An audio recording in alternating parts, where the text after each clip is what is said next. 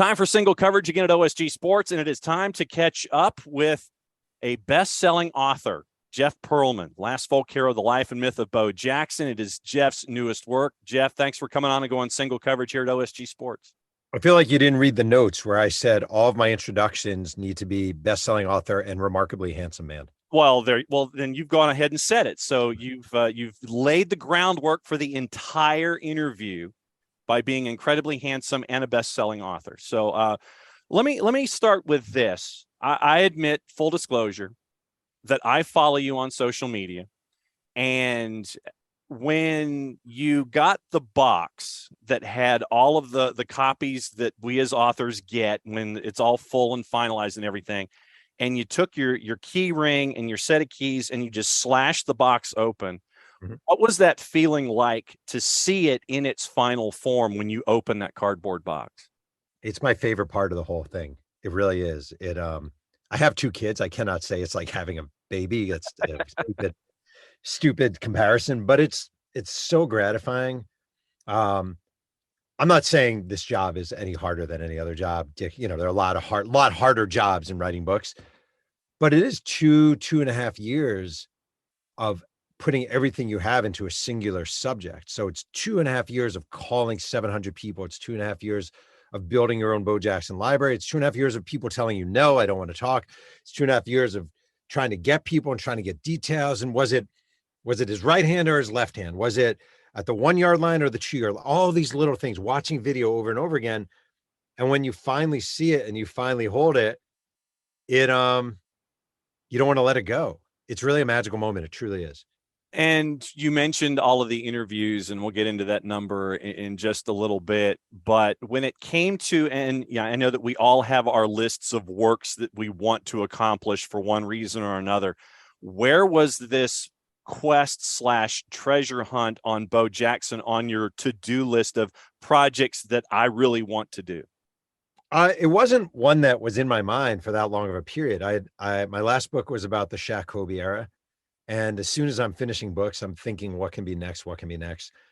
And for me, probably like you, I mean, nostalgia is the biggest pull of sports, like by far. It's my favorite part of sports. My favorite part of food. And it's my favorite part of music is nostalgia. You walk into a kitchen, you smell sauce, it reminds you of your grandma. You hear a Hall & Oates song, it reminds you of being in 8th grade and listening to that song. And for me, seeing Bo Jackson, thinking about Bo Jackson, reminds me of being in high school, reminds me of having the Bo Knows poster on my wall. It reminds me of wondering whether he was going to play baseball or play football, being shocked when he played baseball, being intrigued, wondering how this could possibly work. It was just a huge, enormous nostalgia pull for me. So it wasn't like I thought for years I have to write a Bo Jackson book, but when the idea entered my head, I called my agent. I was like, I really think this could work. And the 11 billion interviews that you ended up with in this book, and I think that is the actual official number. It is 11 billion. 11 billion interviews. I mean, 2.5 years, north of 700 interviews.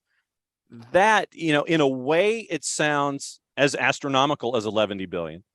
But at the same time, to get to the depths of the details and all of the different angles that you want to get to make sure that the story is told right, when you look back and you saw that it was north of 700, did that surprise you when you were done with north of that number?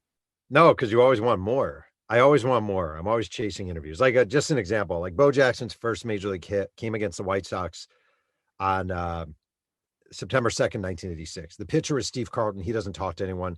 The catcher, Ron Karkovice, blew me off. But the guy playing first base was Russ Morman, who was filling in for Greg Walker. I tracked down Russ Morman. The guy playing second base, because his first hit was an infield single to second, was Tim Hewlett. I tracked down Tim Hewlett.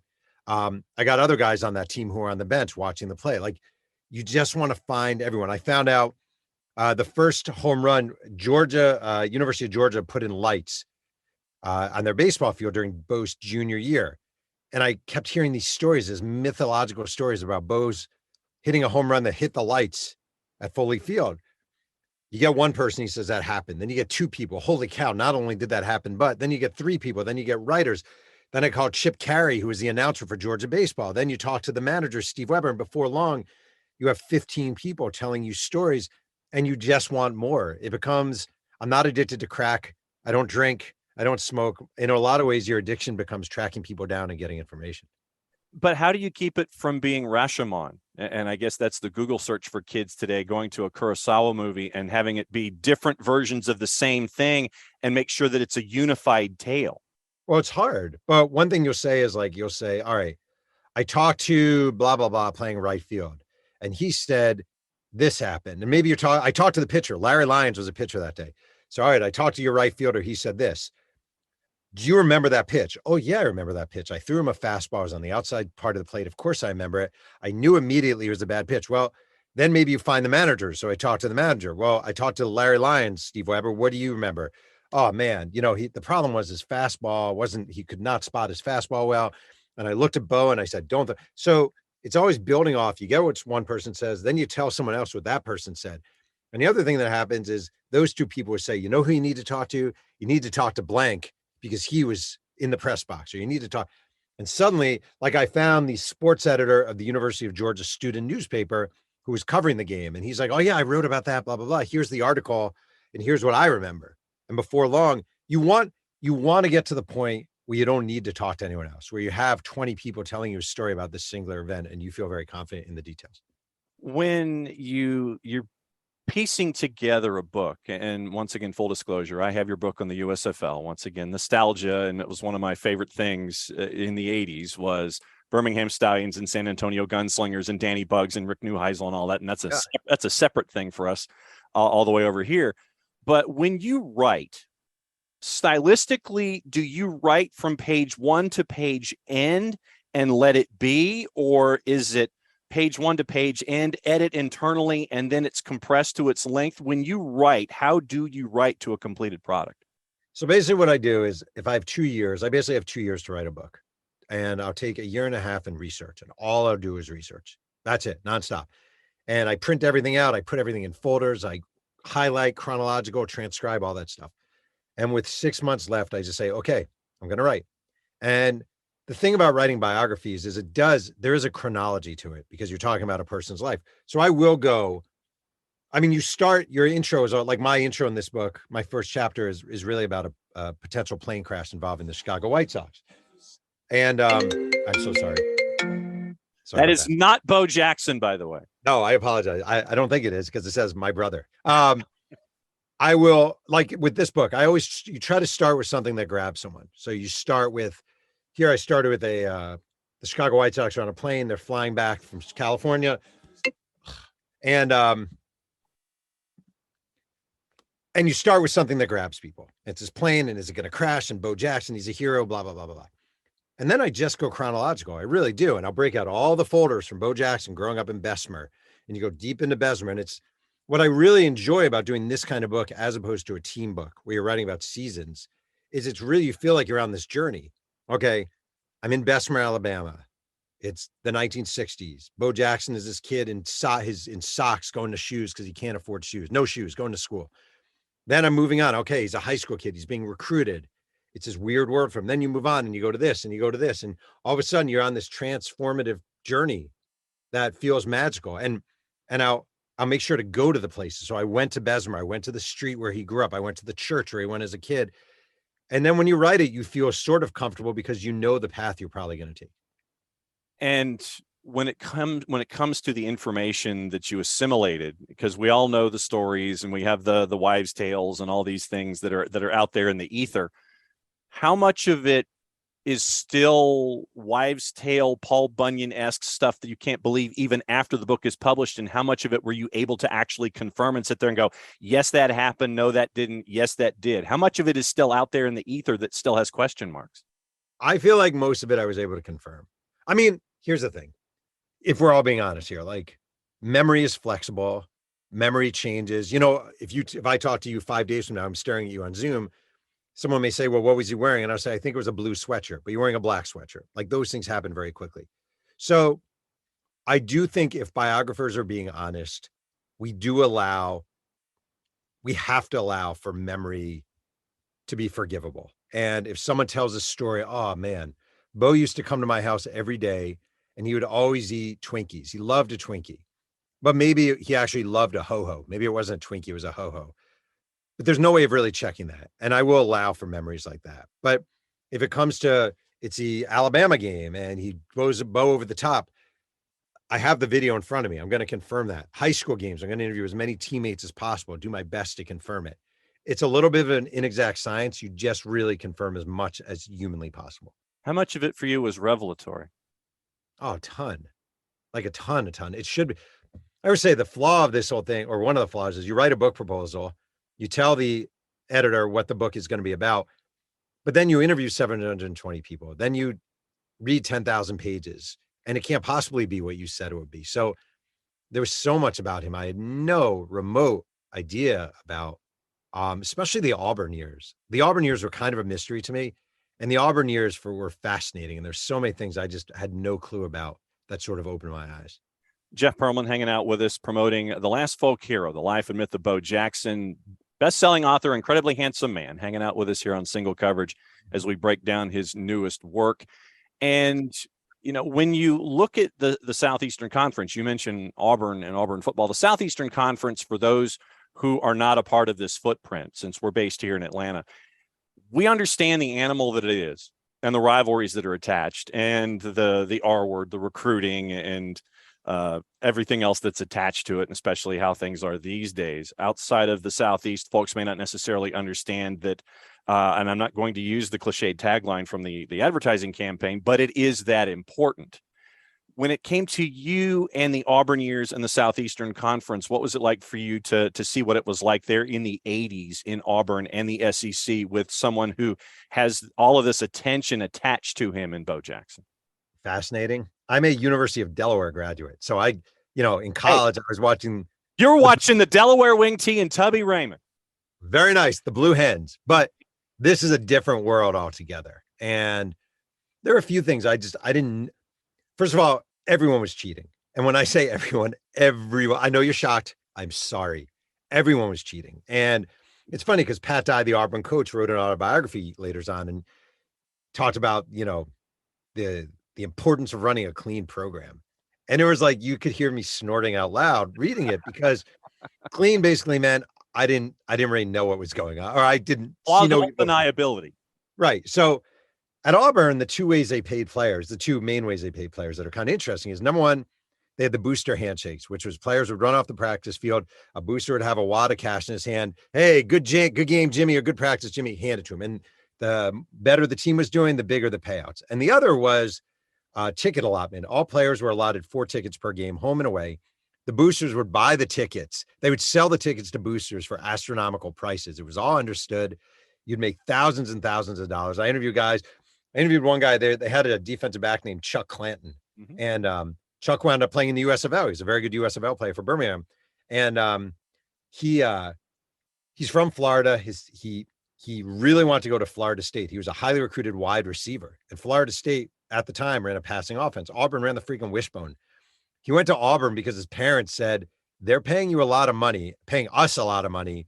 You're not going to Florida State if you want to live in this house. So he went to Auburn. And the thing I always say, and I really consider this important, Bo Jackson was one of 10 kids to a single mom, wearing his sister's hand-me-down shoes or socks to school.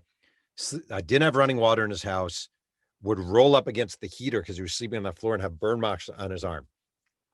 There was nothing scandalous about that guy getting money at Auburn, or most of those players, especially the young African-American players. The scandal at the time was that they couldn't get money. When it comes to the baseball version of Bo Jackson and the football version of Bo Jackson, which one was more impressive to you in your research and in your interviews? Oh, what a great question. I'm going to go baseball because he was so preposterously raw, right? He was just raw. Like football, he knew exactly what he was doing. It came very natural. Baseball, the athleticism came natural. But like his first year, he basically turns down the Tampa Bay Buccaneers, who drafted him first overall, which is amazing because he was the number 1 pick in the NFL draft. I ain't playing for Hugh Culverhouse. Not playing for Hugh Culverhouse. Hugh Culverhouse basically ruined his eligibility to Auburn as a senior playing baseball because he flew him in when he wasn't supposed to fly him in. And Bo Jackson always felt like he was lied to. The Buccaneers still draft him.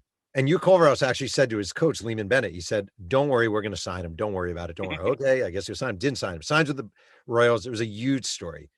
He plays in Memphis in Double A. He starts in Double A. He has a guarantee in his contract that he would be called up in September to the Royals. He has no business being called up. None. Zero. His first at bat, as I mentioned, he beats out the at bat is art. It's worth watching on YouTube. It's a 7-pitch at bat against Steve Carlton. At one point, Carlton throws him a slider that's junk. Bo Jackson hits a ball to left field that goes over the pole. Everyone thinks it's a home run. John Hirschbeck calls it foul. Probably was a home run. And then he beats out this ball to second base. And he was just all speed and muscle. Like he was cantaloupes bursting out of his uniform. It looked like he was wearing pads under his baseball uniform. He took these preposterously rounded turns around the bases. His routes to the ball were terrible. He didn't know how to move runners over. At one point, the pitcher balked. He literally didn't know what to do. Like he didn't know what to do. He was so raw. He had Mike Trout's athleticism, that level of baseball athleticism, but he just didn't know what to do. And it's like watching a wild stallion run in the Kentucky Derby. It really is. It's remarkable. And when you look at all of this, and you've also posted your top 10 plays on your Instagram account or the IG or the gram or whatever the kids call it these days to try to be, to be hip, trendy, and cool. I have to make sure that social media is labeled the right way. I call it the World Wide Web. That too. Yeah, how difficult was it for you to pin down 10 and put them into an order? Well, it could have been 100, right? Could have been 100. So the top 3 were really, really hard to choose from. So number 1, I had the Climb Up the Wall in Baltimore. And the reason my son and I were arguing about this, actually, and he's like, it needs to be the Harold Reynolds throw. And I said, I totally get that argument. The difference is other baseball players in the years since have made equally amazing throws. There's always amazing throws in the corner of the outfield, whoever it is, but nobody's climbed up a wall. I've never seen it before. I haven't seen it since. Nobody's climbed up the wall. So I had that number 1. I had the throw number 2. And then I had the 91-yard run on Monday Night Football against Seattle because everyone had an angle. And Kenny Easley was the best safety in football. He had a clear angle. And what I love is one of the Seahawks coaches told me, and he swore about this. He was standing right by the sideline holding papers. Bo ran by and the papers came out of his hand. And then what I just want to say, the All-Star game, he leads off the 1989 All-Star game with a home run. Yeah. All right. Ronald Reagan and Vince Scully are in the booth calling the game. Bo Jackson is only leading off because the day before Tony La Russa, the Yale manager, called Wade Boggs and Bo aside and said, don't you think it'd be cool if Bo led off? And it's like, yeah, what the hell? But the craziest thing is that was the day Nike was debuting their big Bo You Don't Know Diddley ad with all the different athletes in it, McEnroe and Jim Everett and all those guys. And it was going to premiere in the 4th inning of this huge broadcast. Bo leads off the game with a home run, a beautiful home run, dead center. The Nike guys are all at Mickey Mantle's restaurant in Manhattan watching the game. Bo hits that home run and they just leap and they're high-fiving and they're hugging because they know they just hit marketing pay dirt. Mm-hmm. Even if he couldn't play a guitar. Could not play. That wasn't even him playing. When you hear the, that's not Bo Jackson playing guitar. And when you look at an individual like Bo Jackson, and then you have the hip injury, and then the comeback, and then Bo 2.0, if you want to call it that, with the second versions of himself, and then what he's been able to do after his career is over, and all of the humanitarian things that he's been able to giving back to his native state and giving back to those who are less fortunate across the board. It's a well-rounded life. I mean, we talk about things being in a circle, and the idea that he's been able to give back because of everything that he's been able to accomplish, it just adds to the cool factor of him being this last folk hero. Everything about the guy is cool, I got to say. I mean, like, he can be surly and he can be difficult and blah, blah, blah. And like, he's not the easiest autograph guy, that whole thing. He's a father of 3, grandpa of 1 now. 60 years old, lives in suburban Chicago, which a lot of people would be surprised by. He's been married to his wife for almost 40 years. He's been a successful businessman. When the Uvalde shooting happened, he paid for a lot of the funerals quietly. He has a charity every year, Bo Bikes Bama, that raises a ton of money for charities in his home state of Alabama. He tried acting a little bit. He was in a movie, The Chamber, with Gene Hackman. He was actually good in the movie, but acting he found boring, the hurry up and wait kind of acting. Yeah. He's just lived a really normal, quiet life. And I like it so much more. It makes him so much more interesting and profound than if he was like hawking Bono's potatoes, and Bono's chips. And he does commercials every now and then, but they're always kind of funny. He did one with Bosworth for a car, like he just a decent life, man. And also there's no bitterness. He's not like, my career was ruined earlier, or I should be in the Hall of Fame, or I'm better than. You'll never hear him be like, Derrick Henry, I'm better than Derrick Henry. Like, never. It's just not the way the guy operates. He doesn't care. So who else is close to folk hero status in your mind? If Bo is in fact the last folk hero, if he is Paul Bunyan, who neighbors that status, or is this just this is just top floor and then everybody else is down in like level 4 of the parking garage here? I'd say Jim Thorpe, because like Bo, we don't have a lot of video and tape of Jim Thorpe, and the accomplishments are ridiculous. You can make Jesse Owens a case for Jesse Owens, certainly, but those are two guys. You have to remember there was almost no video of their achievements. It's very rare. And I think modern day, the problem is what makes you a folk hero in a lot of ways is it's more word of mouth than it is video. But I think the closest modern day guy is Shohei Ohtani, which is, I do think people are going to be talking about this for years and years. And when some baseball player comes along and he's a DH and he throws a good inning, they're going to say, yeah, but Ohtani. Mm-hmm. So I think Ohtani is the closest we have. As the resident Angels fan in this conversation, I can definitely relate to that. I would say as one of 5 Angels fans in America, you can relate to that. Exactly. And it's like, sell the club, Artie Moreno. What are you doing? A couple more questions, and thanks for hanging out into overtime for this. Yep. Herschel Walker was a part of the discussion in the SEC. It was Bo and Herschel and Bo, Auburn and Georgia, South's oldest living rivalry, that kind of stuff. Where would you put Herschel in the pecking order of SEC and folk hero and all that kind of stuff? Where would you have him ranked as a part of all of this stuff? I would say Herschel Walker was a better college football player than Bo Jackson, strictly college football. They were both good runners. They ran against each other only one time in track. Herschel beat Bo. Bo was a freshman at the time. The thing about Herschel, and the guy's Georgia legend for a reason, athletic legend for a reason. They ran him out of the eye. They gave him the ball 30, 35, sometimes 40 times a game. And Bo Jackson he only had that treatment his senior year. Otherwise, he was not getting that treatment. So I will say the Georgia offense and Vince Dooley was really based around Herschel Walker. I'm not saying this because of anything of recent note. I think Bo Jackson had a lot more integrity than Herschel Walker. Like Herschel Walker basically lied about signing with the New Jersey Generals. Then was caught in a lie and had to, what I did, blah, blah, blah. Like he was young. These things happen, but it was kind of weak. And I think folk hero wise, Bo Jackson is a clear winner because he just did all these things that are so everything Herschel Walker did is within the realm of greatness of an athlete. There are things Bo Jackson did that defy all logic, understanding, and physiology. Was there anyone that you wanted to have in the book as an interview that for one reason or another you couldn't have in the book? You might have heard of this guy. His name's Bo Jackson. Yeah. So basically what happened is early on when I was working on the book, I reached out to Bo Jackson. I sent him a bunch of my books and I sent him a note explaining the project.